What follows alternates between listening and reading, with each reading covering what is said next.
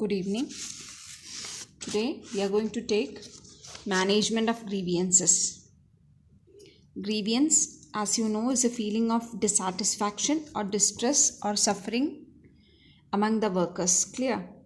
So dissatisfaction നമുക്കൊക്കെ അറിയാം. പരാതി.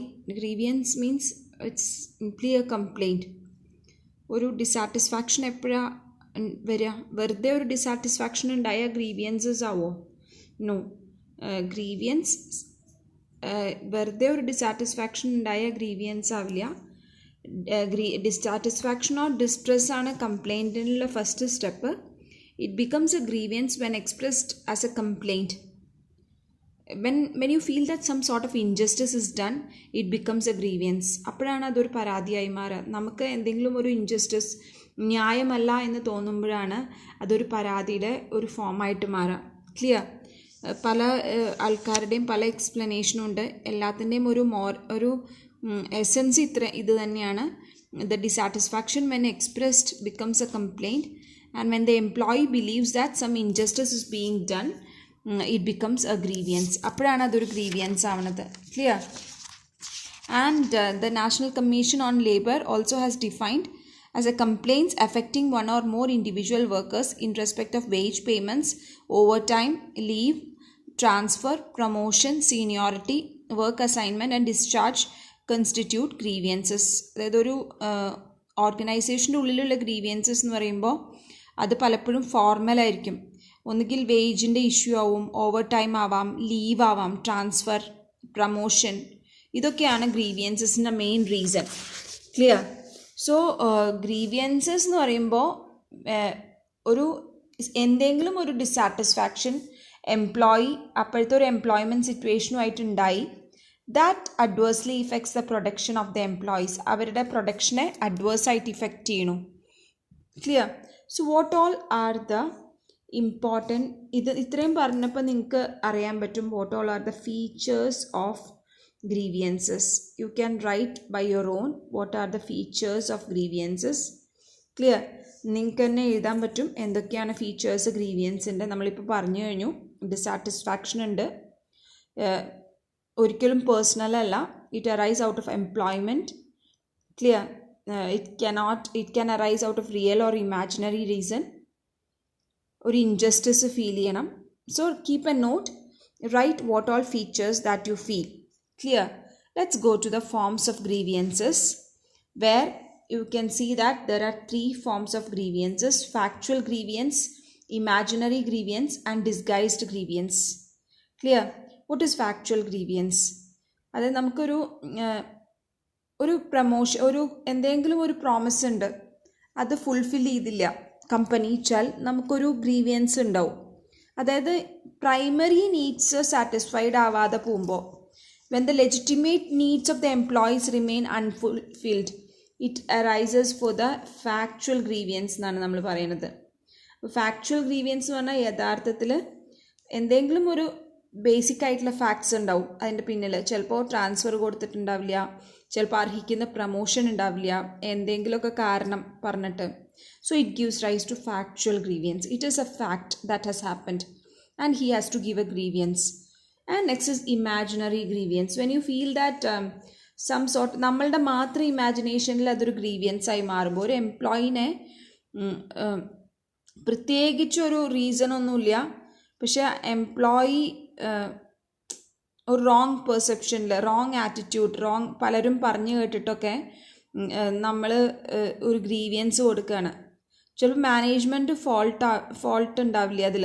അതായത് ചിലപ്പോൾ മാനേജ്മെൻറ്റ് അറിഞ്ഞിട്ട് പോലും ഉണ്ടാവില്ല, പക്ഷേ ഒരു റോങ് ആയിട്ടുള്ള നോഷൻ എംപ്ലോയിയുടെ ഇടയിൽ ഇമാജിനറി ആയിട്ട് വരികയാണെങ്കിൽ അതിനെയാണ് ഇമാജിനറി ഗ്രീവിയൻസ് പറയുക. ആ ഗ്രീവിയൻസും നമുക്ക് സോൾവ് ചെയ്യേണ്ടതുണ്ട്. പലപ്പോഴും തെറ്റിദ്ധാരണകളൊക്കെ ഇമാജിനറി ഗ്രീവിയൻസസുമായിട്ട് റിലേറ്റ് ചെയ്തിട്ട് വരും. അപ്പോൾ എന്താ വെച്ചാൽ അത് സോൾവ് ചെയ്താൽ അപ്പോഴും സാറ്റിസ്ഫാക്ഷൻ തിരിച്ചു കൊണ്ടുവരണം. ഇപ്പോൾ ഞാനെന്ന് പറഞ്ഞ ഒരു എംപ്ലോയിക്ക് ഒരു ഡിസാറ്റിസ്ഫാക്ഷൻ പല രീതിയിൽ വരാം. ചിലപ്പോൾ സത്യമായിട്ടുള്ള ഒരു കാര്യം കൊണ്ടാവും ഡിസാറ്റിസ്ഫാക്ഷൻ, ചിലപ്പോൾ ആവില്ല. ചിലപ്പോൾ ആരെങ്കിലും ഒരു കുറ്റം പറഞ്ഞിട്ട് നമ്മൾ വെറുതെ വിചാരിക്കുന്ന ഗ്രീവിയൻസ് ആവും. ഇത് ഏത് തരത്തിലുള്ളതായാലും അതിനെ സോൾവ് ചെയ്യേണ്ടത് ആവശ്യമാണ്. കാരണം the employee has to be satisfied എന്നുള്ളതാണ്. So even imaginary grievances also need to be solved. And next is disguised grievance. ഇപ്പോൾ employee may have dissatisfaction for reasons that are not known to him and are not directly related to the organisation. ഇപ്പോൾ ചിലപ്പോൾ നമുക്ക് family pressures ഉണ്ടാവും. അപ്പോൾ പല കാരണങ്ങൾ കൊണ്ട് നമ്മൾ ഓഫീസിലെത്തുമ്പോൾ നമ്മൾ ആകെ മൂടിയാവും. അപ്പോൾ നമ്മളുടെ ഉള്ളിൽ എല്ലാത്തിനും ഒരു സസ്പീഷ്യസ് ലുക്കാവും. ക്ലിയർ? അപ്പോൾ ഒരു ഫ്രണ്ടിനോടാവാം, ഒരു എംപ്ലോയി പ്രൊമോട്ടഡ് ആവുമ്പോൾ നമ്മളുടെ ഉള്ളിൽ വിചാരിക്കും എനിക്ക് മാത്രം എന്താ പ്രൊമോഷൻ കിട്ടാതിരുന്നത്. ചിലപ്പോൾ നമ്മുടെ ഉള്ളിൽ നമ്മുടെ വീട്ടിലെ പ്രഷറായിരിക്കും. ക്ലിയർ? അപ്പോൾ ഇങ്ങനെയുള്ള സിറ്റുവേഷനിൽ ഇയാൾക്കൊരു ഗ്രീവിയൻസ് ഉണ്ടാവണ്ടേ എന്ന് വിചാരിച്ചിട്ടുണ്ടാവുന്നതാണ്. അതിനെ നമുക്ക് സോൾവ് ചെയ്യാൻ പറ്റില്ല. സോ ഡിസ്ഗൈസ്ഡ് ഗ്രീവിയൻസ് ആണത്. കാരണം ഗ്രീവിയൻസ് ഉണ്ടോ ചോദിച്ചാൽ യഥാർത്ഥത്തിൽ ഗ്രീവിയൻസ് ഒന്നുമില്ല, പക്ഷെ നമ്മൾ കരുതിക്കൂട്ടി ഉണ്ടാക്കി കൊണ്ടുവരുന്ന ഗ്രീവിയൻസ് അത് നമ്മുടെ ഉള്ളിൽ തന്നെ തോന്നുകയാണ് നമ്മൾ എവിടെയും കേപ്പബിൾ അല്ലേ എന്നുള്ളൊരു തോന്നൽ വന്നാൽ it happens, this sort of grievance happens. Clear? And next is causes of grievances. You have poor working conditions. Working conditions match ആവാതെ വന്നാൽ such a grievance happens. Clear? അപ്പോൾ വർക്കിംഗ് കണ്ടീഷൻസുമായിട്ട് റിലേറ്റ് ചെയ്തിട്ട് അൺപ്ലാൻഡ് ആയിട്ടുള്ള ഷെഡ്യൂൾസ് ഉണ്ടാവും. ചിലപ്പോൾ പ്രോപ്പർ ടൂൾസും മെഷീൻസും ഒന്നും അവൈലബിൾ ആവില്ല, പ്രോപ്പർ ഡിസിപ്ലിൻ ഉണ്ടാവില്ല, പുവർ റിലേഷൻഷിപ്പ് ആവും. അപ്പോൾ ഇതൊക്കെ വർക്കിംഗ് കണ്ടീഷൻസിനെ അഡ്വേഴ്സായിട്ട് ഇഫക്റ്റ് ചെയ്യണ ഓരോ ഘടകങ്ങളാണ്. അപ്പോൾ ഇതൊക്കെ ഇല്ലാതിരുന്നാലും ഗ്രീവിയൻസസ് ഉണ്ടാവാം. And next is with regard to management policies എന്തൊക്കെ രീതിയിലാവും? വേജ് തരുന്നതിൽ പ്രശ്നം ഉണ്ടാവും. ലീവ് ഒരു മാനേജ്മെൻറ്റ് പോളിസിയാണ്. Over time, transfer, promotion, lack of opportunities, lack of role clarity. Clear? അപ്പോൾ ഇതൊക്കെ വരുമ്പോൾ മാനേജ്മെൻറ്റിൻ്റെ പോളിസി ഉണ്ടാവും. അതിൽ നമുക്ക് ഗ്രീവിയൻസ് ഉണ്ടാവാനുള്ള പോസിബിലിറ്റി വളരെ ഹൈ ആണ്. Clear? And next is personal Mal adjustment എന്ന് പറഞ്ഞാൽ എന്താ? ചിലപ്പോൾ ഓവർ ആംബിഷൻ ആവും, എക്സസീവ് സെൽഫ് എസ്റ്റീംഡ് ആവും, ഇംപ്രാക്ടിക്കൽ ആറ്റിറ്റ്യൂഡ് ടു ലൈഫ്. അപ്പോൾ ഇതിൽ ഏതെങ്കിലുമൊക്കെ ആവാം. ചിലപ്പോൾ നമ്മൾ കൂടുതൽ ആംബിഷ്യസ് ആയിട്ട് അതുകൊണ്ട് ഗ്രീവിയൻസ് ഉണ്ടാവാനുള്ള പോസിബിലിറ്റി ഉണ്ട്. സോ നമ്മളുടേതായിട്ടുള്ള പേഴ്സണൽ മാൽ അഡ്ജസ്റ്റ്മെൻ്റ് ആണ്. ചിലപ്പോൾ പുവർ എസ്റ്റീം ആയിരിക്കും, ഒട്ടും പ്രാക്ടിക്കൽ ആവില്ല സിറ്റുവേഷനുമായിട്ട്. അപ്പോൾ അതൊക്കെ ഗ്രീവിയൻസുമായി റിലേറ്റ് ചെയ്ത് വരുന്നതാണ്. And next is with regard to violations എന്ന് പറയുമ്പോൾ നമുക്കറിയാം പല രീതിയിലുള്ള റൂൾസ് ആൻഡ് റെഗുലേഷൻസ് കമ്പനിയിലുണ്ടാവും. അത് വയലേറ്റ് ചെയ്യുക. പല അഗ്രിമെൻറ്റ്സ് ഉണ്ടാവും, സെൻട്രൽ ഓർ സ്റ്റേറ്റ് ലോസ് ഉണ്ടാവും. അതൊക്കെ വയലേറ്റ് ചെയ്യുമ്പോഴാണ് grievances with regard to violations വരുന്നത്. Clear? So these are the 4 causes where you will have grievances. നമുക്ക് ഗ്രീവിയൻസ് ഉണ്ടാവുന്ന പല കോസസ് ആണ്. ഈ ഗ്രീവിയൻസിൻ്റെ ഇഫക്ട്സ് എന്തൊക്കെയാണ്? Effects is one important effect is you will have frustration. Often നമുക്ക് ഏറ്റവും കൂടുതൽ ഉണ്ടാവുന്ന ഒരു കാര്യമാണ് ഫ്രസ്ട്രേറ്റഡ് ആവും. നമ്മൾ ഗ്രീവിയൻസസ് അധികം വരുമ്പോൾ ഫ്രസ്ട്രേറ്റഡ് ആവും. ലോസ് ഓഫ് ഇൻട്രസ്റ്റ് ഇൻ വർക്കുമായി റിലേറ്റ് ചെയ്ത് നമുക്ക് താല്പര്യക്കുറവ് വരാനുള്ള ഒരു പോസിബിലിറ്റി ഉണ്ട്. Clear? So all that happens. And next is നമുക്കൊരു എപ്പോഴും ഗ്രീവിയൻസ് വരുമ്പോൾ നമ്മുടെ ക്വാളിറ്റീനെ ഭയങ്കരമായിട്ട് എഫക്റ്റ് ചെയ്യും. Quality may gets affected and even violence, strikes അതൊക്കെ വരാനുള്ളൊരു പോസിബിലിറ്റി ഉണ്ട് ഗ്രീവിയൻസസ് വരുമ്പോൾ.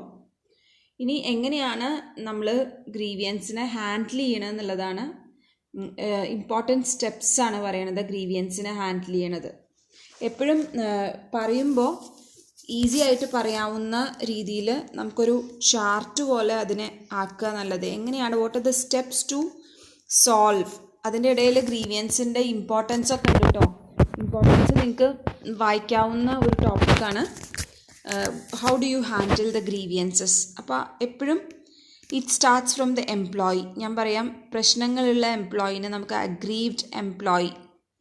അഗ്രീവ്ഡ് ആയിട്ടുള്ള എംപ്ലോയി ഒരു ഇഷ്യൂ വന്നു കഴിഞ്ഞാൽ എന്താ ഉണ്ടാവുക?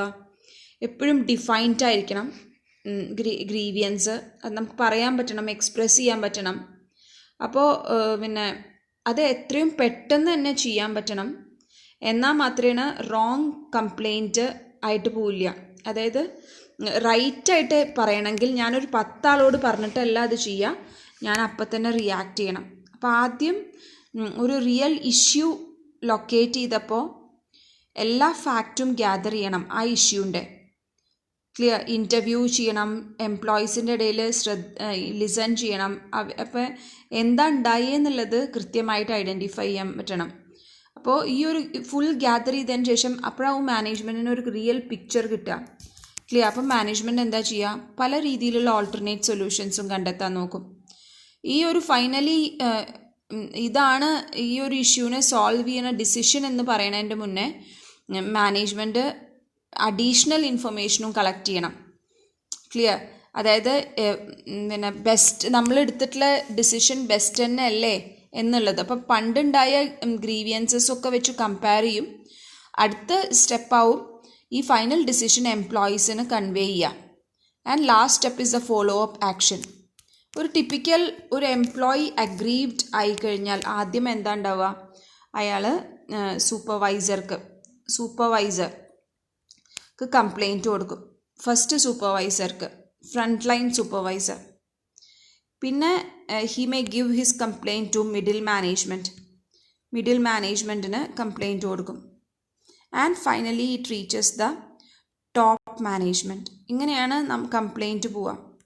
ഇതേ ഒരു ലൈനിൽ തന്നെ ഇവിടെ ഇതേ ഒരു വേവ് ലെങ്ത്തിൽ ഇൻഫോർമലി ഈ ഒരു പ്രശ്നം ഉണ്ടാവുമ്പോൾ തന്നെ ട്രേഡ് യൂണിയൻസ് എന്തെങ്കിലും ഉണ്ടെങ്കിൽ യൂണിയൻ റെപ്രസെൻറ്റേറ്റീവ്, അപ്പോൾ നിങ്ങളുടെ ഇടയിലും ഉണ്ടാവാം, യൂണിയൻ റെപ്രസെൻറ്റേറ്റീവ്സ് ഏറ്റെടുക്കും ഈ ഇഷ്യൂ.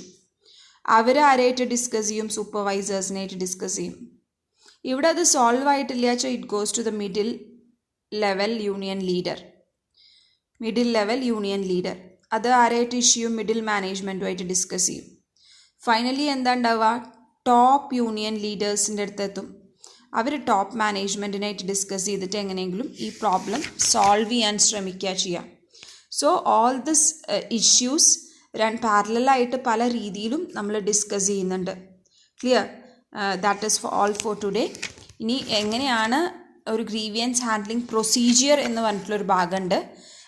അതും കൂടി കഴിഞ്ഞാൽ ഡിസിപ്ലിൻ ആൻഡ് പണിഷ്മെൻറ്റ് നെക്സ്റ്റ് ചാപ്റ്ററിലേക്ക് പോവാണ്. ഡിസിപ്ലിൻ ആൻഡ് പണിഷ്മെൻറ്റ് ലാസ്റ്റ് 3 ചാപ്റ്റേഴ്സും ഈസിയാണ്. Clear. And finally you have labour participation in management. Clear.